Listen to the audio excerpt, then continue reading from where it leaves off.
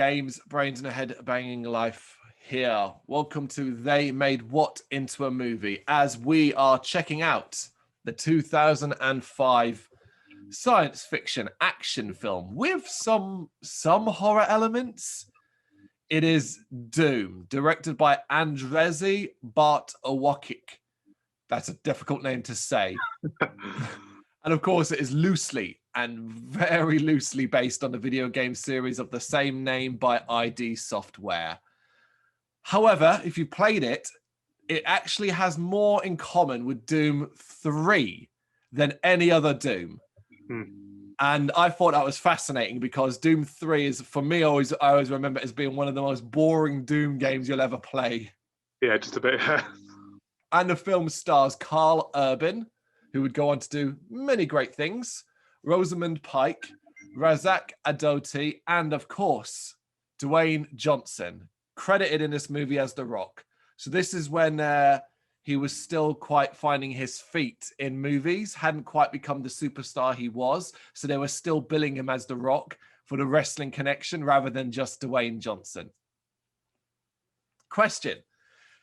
Do you think he's good in this, Dwayne Johnson? Look, he's made some terrible films. He's made some good films. Okay, yeah. And there's one specific thing which I was actually watching it last night. Of Dwayne Johnson actually slags himself about this film.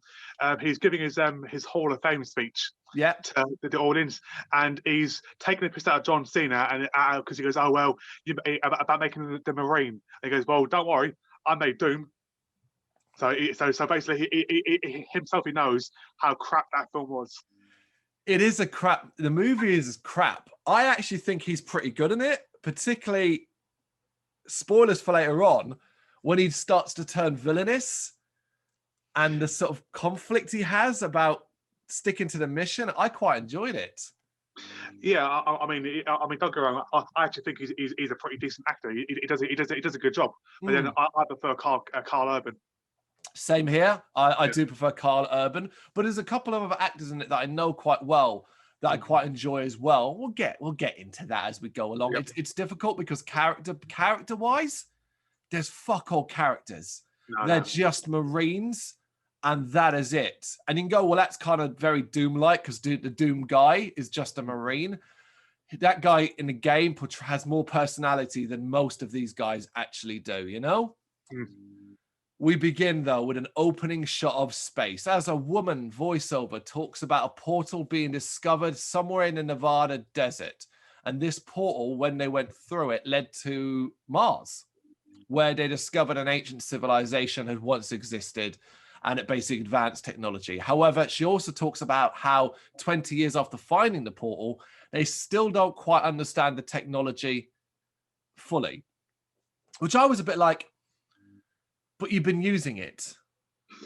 So like, you're using unknown tech and you haven't learned anything really over 20 years. Because as the film goes on, you kind of realize like, what the fuck have you lot been doing in 20 years? Exactly, yeah. Yeah. On Mars, we then jump to Mars, a research facility where we see lots of lab coat wearing people running from unseen monsters. Everyone's panicking. It's dark. You don't see anything. Get used to not seeing anything in this film. We see a male doctor lock a door as a female doctor tries to get in after him. And like the door cuts her arm off, her hand off, which I was like, okay, cool. Decent bit of gore, looked pretty good. And he's panicking all that. And he sends a distress call back to Earth as whatever's on the other side of the door starts to try and break through.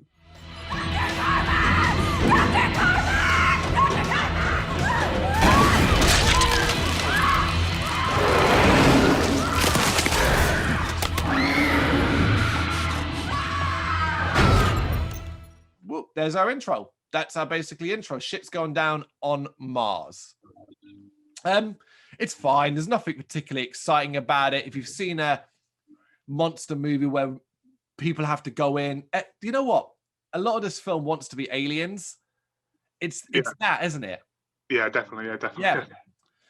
We then cut to a Marine base where Sarge, the man in charge of a ragtag, and they literally are a ragtag group, have received orders for the group, the men, to go to the facility on Mars. And Sarge is, of course, played by Dwayne Johnson. One of the things that kind of take you back when you see him in this movie is how small he is. Muscle-wise. I mean, don't get me wrong, like, it's Dwayne Johnson in 2005. He'd still rip me in half and play with my insides. But compared to Dwayne Johnson now, you know, how ripped and bulked up he was, say, with Jumanji and things like that, it's a bit of a, oh my, okay, yeah, he really, really has come into his own. Yeah, definitely, yeah. And the group, the actual group of ragtag soldiers, they're actually about to go on vacation, R&R, seems to be much needed, and it's cancelled thanks to the new orders. Obviously, they're not too happy about that. We then get a scene between Sarge and Reaper. All the Marines have nicknames. Get used to that as well. Reaper is, of course, Carl Urban. And Sarge tells Reaper that he shouldn't come on the mission. He mentions the location, and you can tell by Reaper's face this bothers him, but the reasons aren't clear yet. And Reaper asks him, like, is that an order? And Sarge is like, no, it's not an order. It's a suggestion, you know? I like this scene because it showed that Sarge, an early scene, that Sarge, while he sticks, like, very order-based, he does care. Yeah. He obviously knows that it wouldn't be good for Reaper to go back to the base, you know? Yeah, of course. The rest all get aboard a ship to the portal in Nevada desert, pick up their weapons, which I laugh my head off. Conveniently names every character for us. So these guns reminded me of Judge Dredd's guns, where it matches to you and only you can use it, right? So as they're all picking up their weapons, we were given their nicknames by the guns. So we have Duke, played by Razik Adoti. I think he's pretty good in this. He lasted longer than most. Portman, played by Richard Brake. I'm a big fan of Richard Brake. I've seen him in a lot of stuff, but Richard Brake plays one character, and it is sleazeball. But he's so fucking good at it. He has a smile and a voice that makes you go, ugh, you know? And he's being Richard Brake in this movie. And it's funny, as of the time recording a few days ago, or last week, I watched like the latest Tremors movie, and Richard Brake was in it. And it was Richard Brake playing Richard Brake again, you know? We have Ben Daniels, who plays Goat, Deboa Apari as Destroyer, Al Weaver as The Kid, and Yao Chin as Mac. Handle ID, Destroyer. Daddy's home. Handle ID, Mac. Handle ID, Portman. Handle ID, Goat. Handle ID, The Kid. The kid? Handle ID, Duke. Say my name, baby. RRTS Special Ops Clearance verified. Handle ID, Sarge.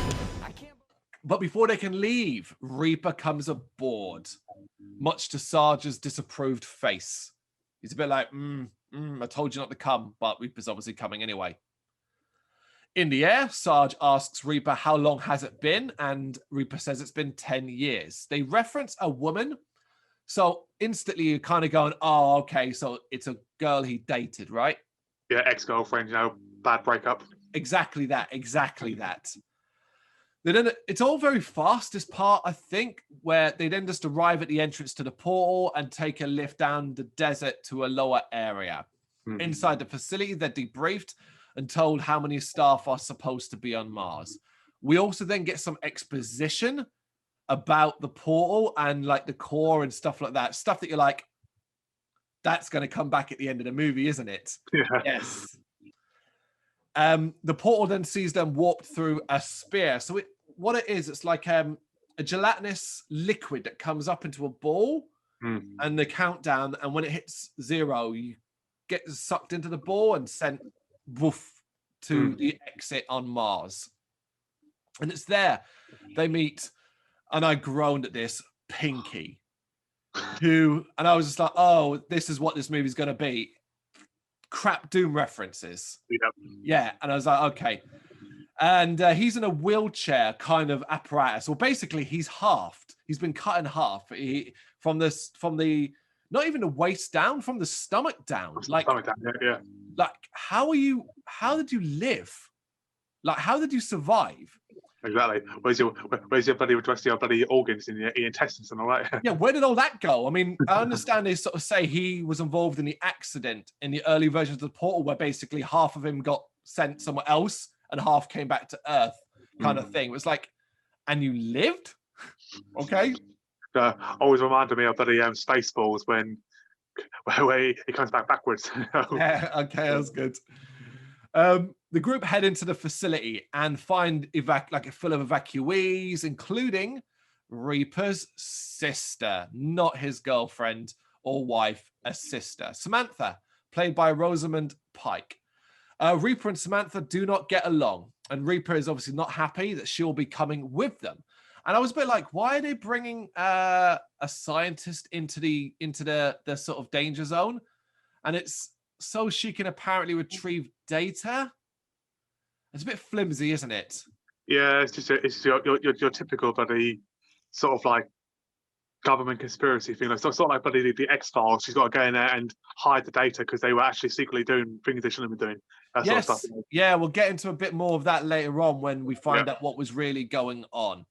Once inside the sort of darkened part of the facility that's separate to where the evacuees are, they actually split up into 3 separate areas to complete missions. You've got like the armory, the research part, and I think like the barracks or something like that. We get a lot, and we're going to be glossing over it rather than talking it through. A lot of slow walking down corridors, dark corridors in groups, being army guys, like behind corridors and stuff like that. If you've played Doom 3, that's all you're going to be thinking is, holy shit, this is Doom 3. Yep. Well, I mean, on that point, as an adaption, it gets it right. Oh, yeah, that's about it, though. Yeah. Yeah, so like lots of exploring dark corridors. They find some weird experiments, blood here and there, but not much else. Then we have like a part where Sarge and Duke find weapons, including the BFG, which is behind like a door, and Sarge can't access it because his fingerprints aren't recognized, obviously. Don't get excited about the BFG. No. It's not the worst version of the BFG I've seen. I think Doom Annihilation, the other Doom film, does it worse, but it's not that impressive.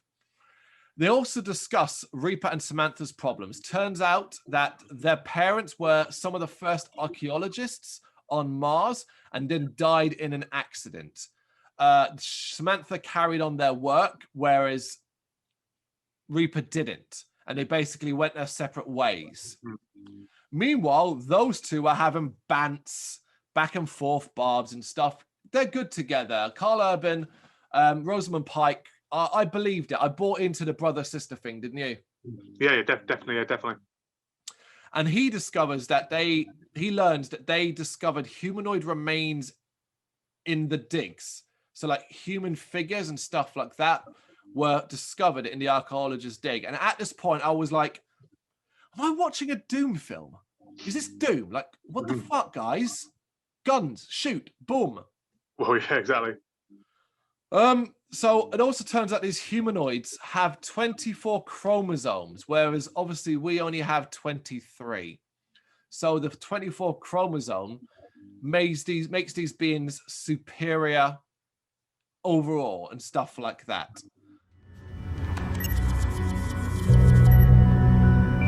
She's got 24 pairs of chromosomes. Humans only have 23. But what does the extra pair do? Makes her superhuman. The extra pair makes her super strong, super fit, super intelligent. We then go to Goat and Portman, who are making their way to the head doctor's office. They actually find him and chase him down, but he's badly hurt. Samantha arrives and tries to talk to him, but he's quite feral-like, isn't he? And he rips his own ear off in a sort of odd scene. I like the makeup and the blood and all that, but yeah, his sort of like feral behavior. It looks like he's got a bite mark on him as well. I thought it was all right. It's still got that kind of horror alien vibe about it. Yeah, I mean, when I first saw it, I instantly thought of like, kind of reminded me of like 28 Days Later, when they're sort of turning, and they go a bit crazy and shaking and stuff like, I think what you're saying there, it's worth mentioning now there are direct parallels and links towards zombie-esque films here. Yeah, definitely. Yeah.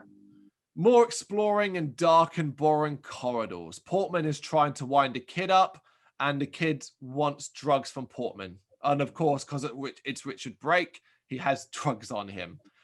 It is here that I was like, although I'm so used to seeing him play the same character, I was a bit like, he is fucking good at it. He's super sleazy in this with the whole like, what are you talking about, man? And that grin, he's got, he could do a good fucking Joker with the wide grin, you know? We then also jumped and cut to where we see Goat. And basically he kicks something down the stairs, making a lot of noise accidentally. And he swears, takes God's name in vain. And following that, he starts to cut himself. And he says to his colleague, like, I took his name in vain. And you see his arm's got scars over it. And all I kept thinking was, this group has problems, man. This is not a good unit of soldiers. The fuck is going on?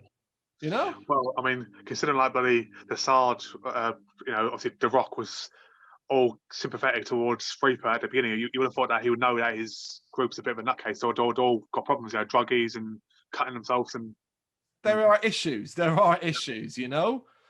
And unfortunately, I know we did this in Max Payne, and I promise it's the only time I'm going to do this in this. I think it's the only time I've got in the notes, but I might have it more than once.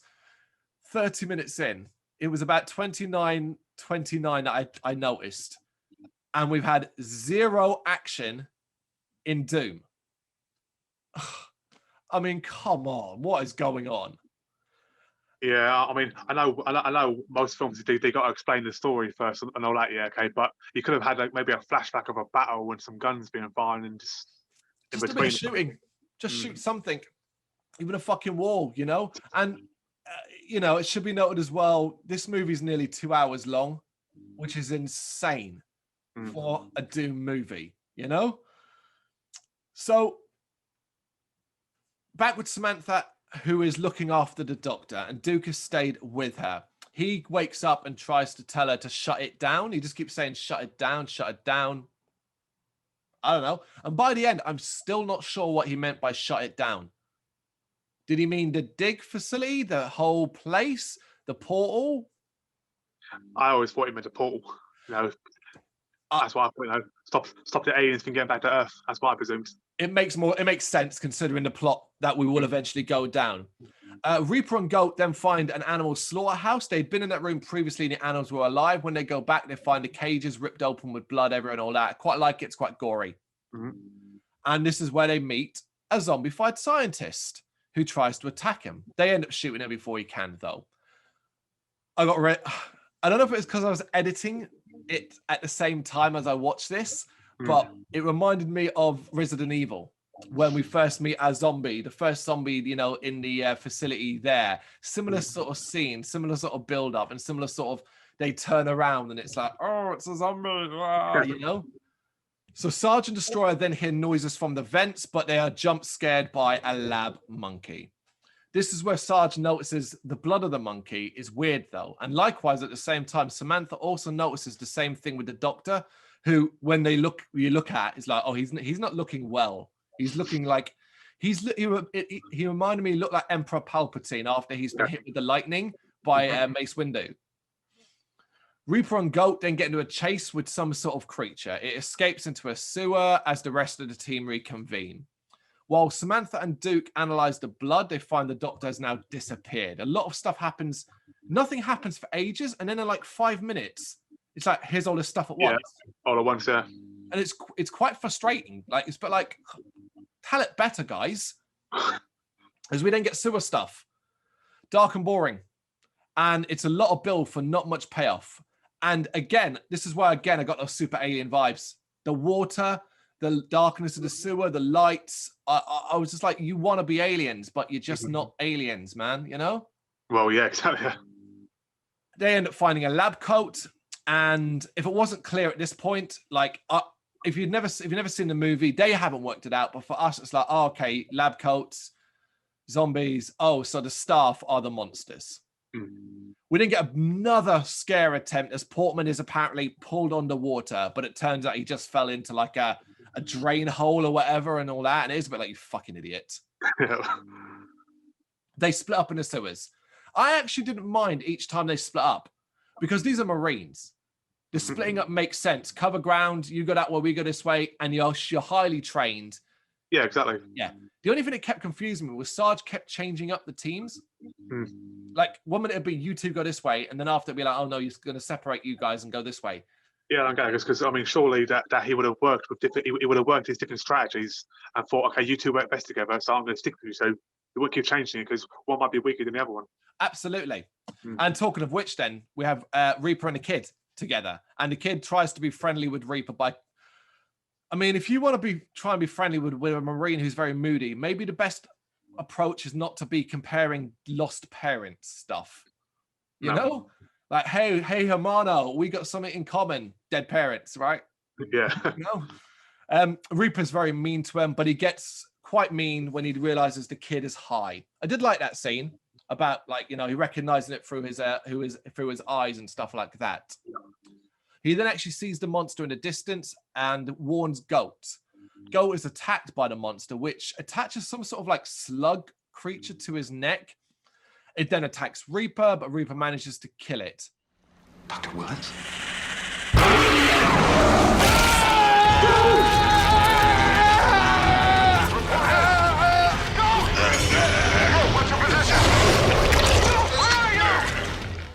And we kind of go frantic now because effectively men are injured. They don't know what they're dealing with. The mission is effectively a bit of a bust because this isn't going to work in idea. So they end up taking the badly hurt Goat back to the quarantine zone and insist that everybody evacuates. To be honest, it actually caused a little bit of a panic. Did you notice that? Because they come racing in and screaming and shouting that everyone evacuate. And it's like, order, guys. Well, yeah, I mean, you're supposed to be bloody Marine, so surely you know that. You've got to be calm and collective, you know? Absolutely. Sarge is furious that the doctor is missing, and then Goat obviously dies. He starts to get mean here, demanding answers from Samantha, and they shows her the body of the monster.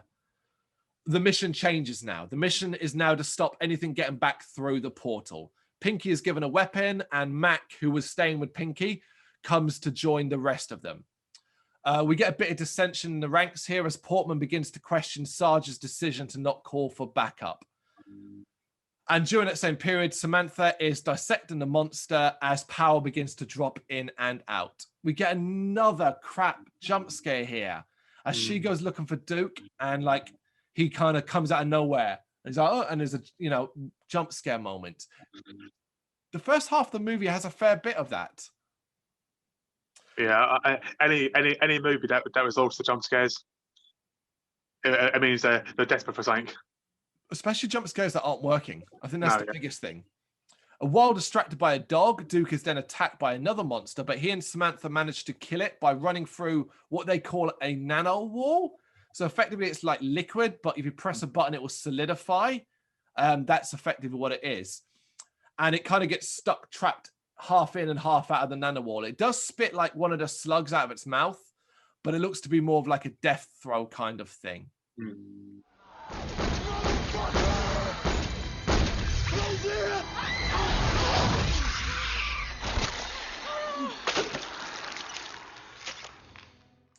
We then get more dark nothing and slow, and it's like, Jesus Christ, film, speed up. Like, I thought we were speeding up. When Goat got killed, I was expecting, okay, now we're off and rolling.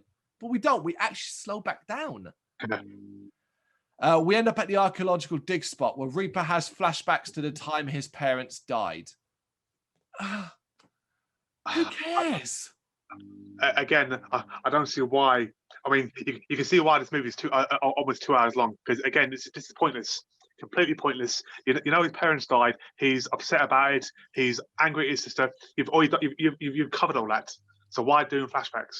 Yeah, it's not even a good flashback either, because it's just him looking out the window and Exactly. hearing the sound in his head, and it's like, what context do we have? Like, how did they die? Did they fall into a hole? Were they killed by a monster?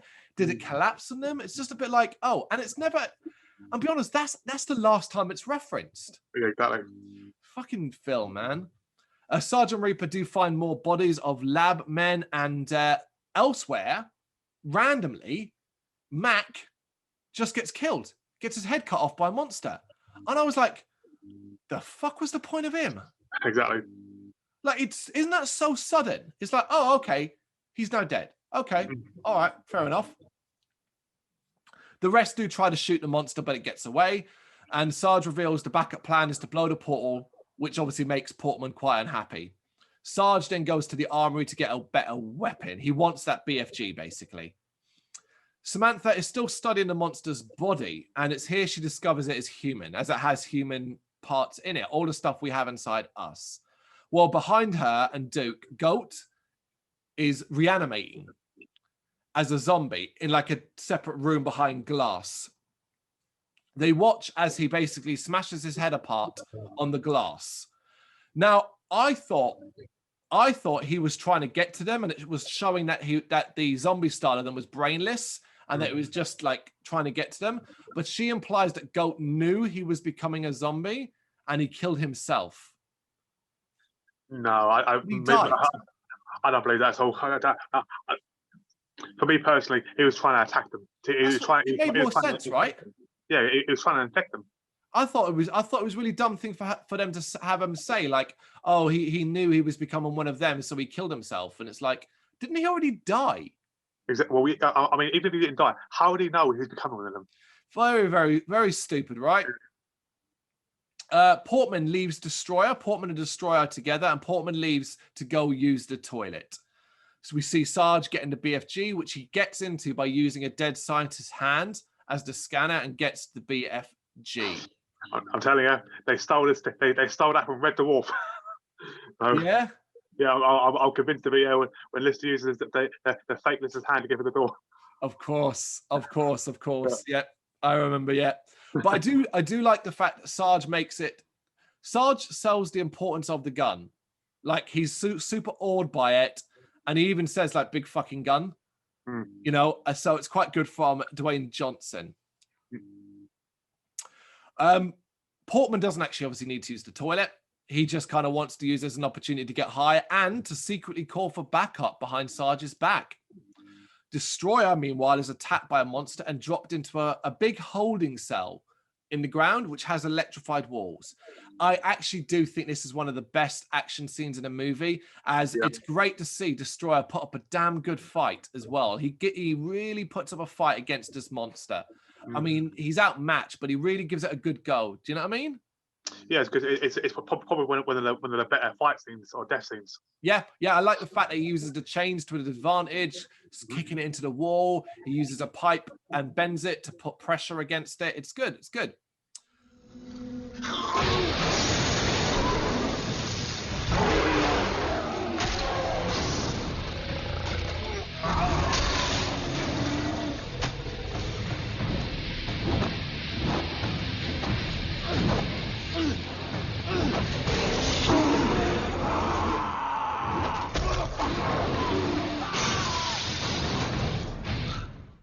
Portman is quite pleased with himself when he sees that his message has gone through. And Sarge arrives and uses the BFG to kill. But Portman is then attacked in the toilet by a monster that comes through the roof. They all arrive to find Portman dead, and Sarge uses the BFG to kill the monster. It's the first sight of the BFG weapon. It leaves a lot of damage, but I just was a bit like, Yeah. So right now, all we have left is Sarge, Reaper, the Kid, Duke, Samantha, and Pinky. Samantha reveals the transformation of the monsters to Sarge, who wants to know what is happening. You can see here he's beginning to lose it. Like he's sweating a bit. It keeps focusing us on his face. And basically he orders the men to make sure all the dead scientists are actually dead. Go back, kill them again, effectively. He keeps pushing Samantha, but Samantha, it turns out that Samantha doesn't quite know the truth of what was going on, and that they were actually experimenting with the 24th chromosome, injecting it into subjects who were prisoners to be executed. I mean, science, what do you expect? Typical, yeah. We then get Reaper making a reference to hell, which I shouted out like, shut your filthy mouth. You don't get to mention hell. This movie has nothing connected to that aspect of Doom. You know, the whole hell part of Doom that's super important? Yeah. It's not in this film. Not in this film. So having Reaper make a reference to it is like, no. He wants to destroy the research, but Sarge stops him as their orders are to bring the data back. And it's clear here, the way Sarge talks is like, oh, okay, you're going to be the villain. You're going to become a villain. Like the whole orders are orders. Yep. The others find a dead scientist missing, and Pinky reports that something is coming to the portal. The group go to stop it getting through the portal, but arrive to find Pinky gone and the creature having gone through the portal. Sarge declares that the mission is no longer quarantine, but search and destroy. Fair enough. Yep, I actually liked here as well. He gives Reaper 3 minutes to get Samantha, to go get Samantha while the portal reboots, because the portal is going to take 5 minutes. So he says you've got 3 minutes. So, okay, cool. That's fair, isn't it? You know? Yeah, well, I mean, I agree, because his priority now is to basically save Earth. You know, so... We had this conversation in Resident Evil, and I think it bears mentioning here as well. Well, Sarge's actions become quite villainous. They do for what he does. His reasoning isn't the greater good. Mm-hmm. Do a handful of scientists and civilians outweigh the possibility of the monster getting out of the portal and causing chaos on Earth? Yeah, I mean, I see it 2 ways. The way you said it, I agree with, but I also see the way the fact that he was basically lied to. His entire platoon had been wiped out.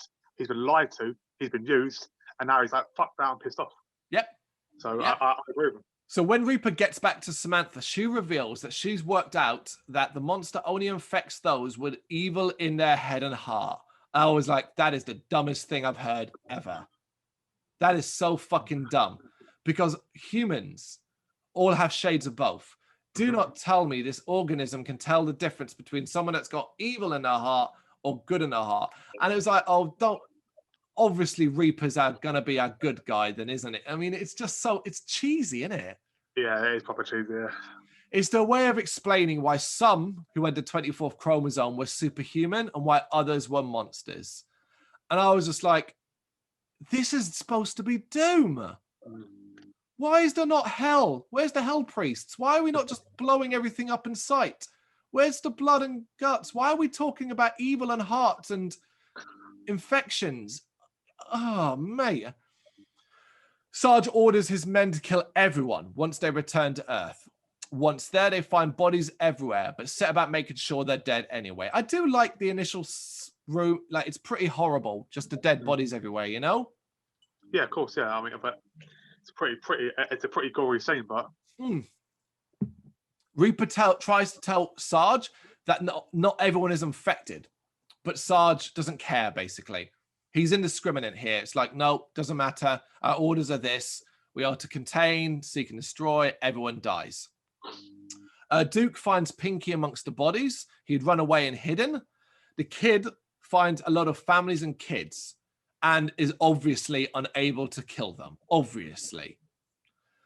Samantha tries to talk Sarge down, but he is very steadfast on his orders. He begins to clash with Reaper. Duke brings Pinky in, and Sarge is going to kill him, but the kid arrives to tell him what he found. Sarge orders the kid to kill them all, and even says that line, which did make me laugh, let God sort them out. Kill them all, let God sort them out. And I was like, that's Duke Nukem. Well, yeah. But the kid refuses to do it. So Sarge shoots him. And I was a bit like, fuck, man. That's some villainous shit, you know? Mm. It is. I know disobeying an order, but you don't kill him.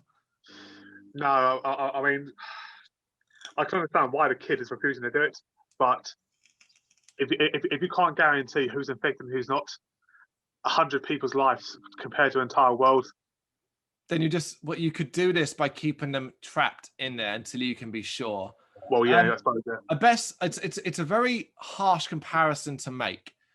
One based in real life, so a little bit naughty of me to do, but basically, Sarge's we follow orders no matter what is no different to a Nazi excuse. We were just following orders. Yeah. Yeah. Do you know what I mean? That's it, yeah. It's all gone off the rails, and it becomes a standoff between Sarge and Reaper until Pinky, for whatever reason, decides to pull a handgun out. And it's like, what were you planning to do there? One's got the BFG, the other's got a machine gun, and you're like, oh, let me out, kind of thing. But he's attacked by a monster behind and dragged off. I did like, though, that Reaper, Sergeant Duke stop fighting amongst themselves and actually go after Pinky. Like the Marine brain's still there, isn't it? Yeah, because they realise that although they're arguing with each other, the real threat is the monsters. Exactly that. But they're attacked by a horde of zombies.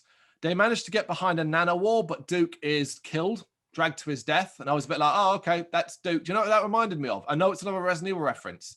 Kaplan. Where it's just like you survive to the end and then you just killed unceremoniously in a shit scene. Exactly. Kaplan, right? Mm-hmm. Where are we? And Sarge is dragged before the nano wall can close. Sarge is also dragged back through it, and he does. The line is. I thought this line was delivered awfully. He says like, "I'm not supposed to die," and I was like, "Oh, that was awful. That was awful, Rock. That was awful, Dwayne." Mm. When the nano wall closes, Reaper, who was shooting at it, one of the stray bullets bounces off the closed nano wall and hits him. But him and Samantha are able to escape. They barricade themselves in a room, and you see that Reaper's badly hurt from the gunshot wound. So Samantha injects him with chromosome 24. But of course, he's such a good guy, it enhances him rather than turn him into a monster. We now get the part of the film, the only part of this film that I recommend you watch.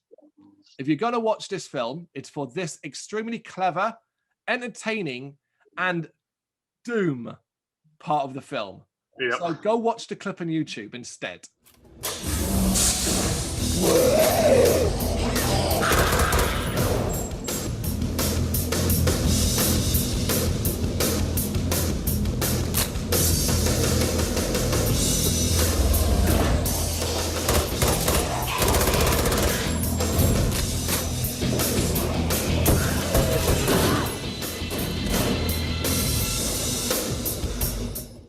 And it's basically, it becomes an FPS where we watch from the perspective of Reaper as he walks around a facility with just the butt of his gun and takes out monsters and zombies, all different variations, including some you recognize from Doom. A chainsaw gets involved.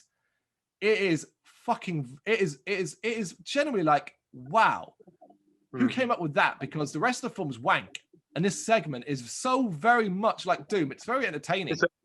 It's a great scene, but there's a few things that price that. I mean, you know, while she injected with the thing for starters, okay, she has no guarantee. I mean, they haven't spoken in 10 years. She has no guarantee that he ain't going to turn into a monster and rip her head off. Okay, they clearly had a dislike for each other. Obviously, they patched things up, but she's taken a major risk by injecting her brother. You know, her only family left. Was the risk worth it because he might die from the gunshot wound? That's what I got. The gunshot wound was going to kill him. Well, yeah. I suppose actually, yeah. I suppose that there's a 50-50 chance she could save him. So Absolutely. Yeah. Oh, you're right. I mean, the fact that it's just like, yep, let's do this, and it's, you know, but it does lead to that segment, and it is fun, and I simply say it is fun. I mean, I would like to know maybe there's a bit of a darkness to it. Maybe she did know about the experiments and she wanted to do an experiment on her brother. Let's be honest, she's a pretty bland character. We've seen her type before, and she could have very easily been an ex-wife or ex-girlfriend or a sister. It wouldn't have mattered. It would have made no difference to the role she plays here. Exactly. Yeah. And the FPS segment ends when Reaper gets attacked by the transformed Pinky, who is turned into the kind of Pinky creature that's a bit more noticeable to the Doom games, and he kills him with a chainsaw. Reaper arrives back at the quarantine doors and finds that Sam has been knocked out cold and the BFG has been used. Sarge is alive apparently, but is transforming. He's been infected. They fight, and it is slow and it is boring, like most of the film. Eventually, it then becomes fisticuffs, and while I do enjoy the hoss fight feel of it, two big men beating up each other, I'm again just like, oh god, this isn't Doom. Why am I seeing fisticuffs? Do you know what I mean? Yeah, definitely. But as it goes on, Sarge begins to transform. I gotta say, the makeup on Dwayne Johnson was awful. It looked so stupid, didn't it? Yep. And he's wrapped this metal bar around his arm with a point sticking out, and he uses that to stab Reaper through the hand. So Reaper, using his strength, uses that and pushes it to force Sarge back through the portal. And then he holds one end of it, so Sarge basically gets ripped in half. He gets sucked through the portal and sent through Mars. Because I thought the idea was he was going to get ripped in half, but he doesn't. He just gets sent back to Mars. Yeah, half and half. That's what I thought. Yeah. And then Reaper throws a grenade in after him, and the grenade lands on Sarge and obviously blows him up, and that's the end of that. And the movie ends in unspectacular fashion as Samantha and Reaper go up the lift to freedom. And then they kiss each other, and then they're back together in a relationship. It could be anything, exactly. And that is Doom in a nutshell. We've said it several times throughout this talk through. This is so boring, so bland, so by the numbers, so wanting to be other movies and doing it worse, that even a fairly strong cast can't make it entertaining. You know, that's my big problem with it. Yeah, I mean, but if you take out, like, say, The Rock and Carl Urban and put in someone else in there, then it could have been an even worse film, in my opinion, because those two, their performances, although some of it was bland, but some of it was actually pretty good. I agree. If you replace them with like I said, take them out of it, and we would have an even worse film. And they're not exactly brilliant in this because no one has good characters. No. Nobody has characters that are worth getting interested in. And most of them are wholly unlikable as well. So it's not even like you feel like you want to give a shit about them. I mean, Reaper is the closest we get to being likable, but you've seen Carl Urban in other films. We both know the man can do great work. This is not great work from him.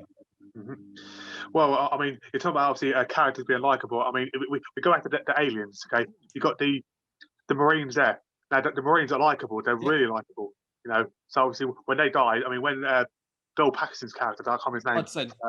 Hudson. When he dies, it's like, oh shit, really? It's a sad moment. Yep. But these Marines, nothing.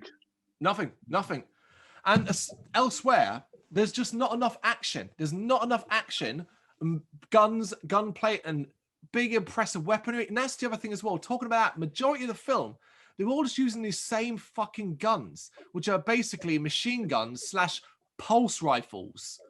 And no one ever picks up anything more interesting. No one ever picks up a different weapon. We never get variation on it until we hit the FPS section. But even that's only like 3 minutes long, and 3 minutes from a near 2-hour movie, that's not good enough.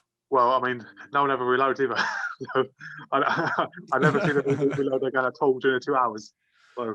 Okay, well, let's have a little think then. What, aside from the FPS section, what is probably the best part of this film, do you think? I think you already mentioned the death scene with the electrical bit. The electrical bit is pretty cool. The holding cell fight. Yeah, it's good. That's a good scene. And then probably like when they go for the portal, when then obviously you see all the dead bodies. It's gory, but it's a good scene.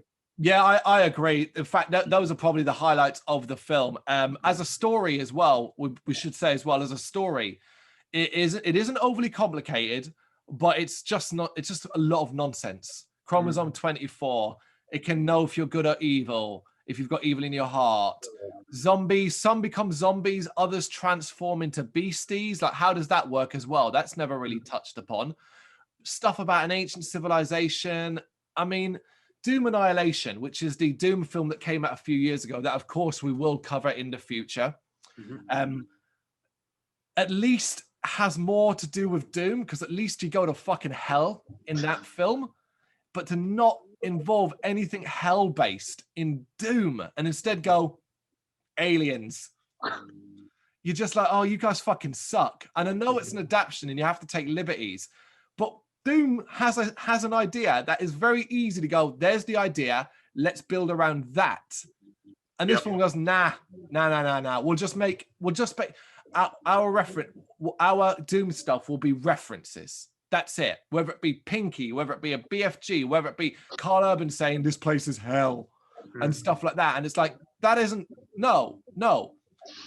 And that you would look at the Doom games that had come out pre-2005 and go, Doom 3, that's the one we want to work with. Yeah, exactly. Insane. But there you go. That's They Made What into a Movie, Doom. Let us know your thoughts in the comments. Thank you very much for watching. You can check us out on gbhbl.com as well as on Facebook, Instagram, Twitter and Tumblr. Go to Patreon to help us out over there. That's patreon.com/gbhbl, as well as Big Cartel, where you can find some of our merchandise. We have a podcast running on SoundCloud and Apple Podcasts. And of course, if you like this video, do us a favour, hit the subscribe button and help the channel grow. Games, horror and heavy metal. What else is life for?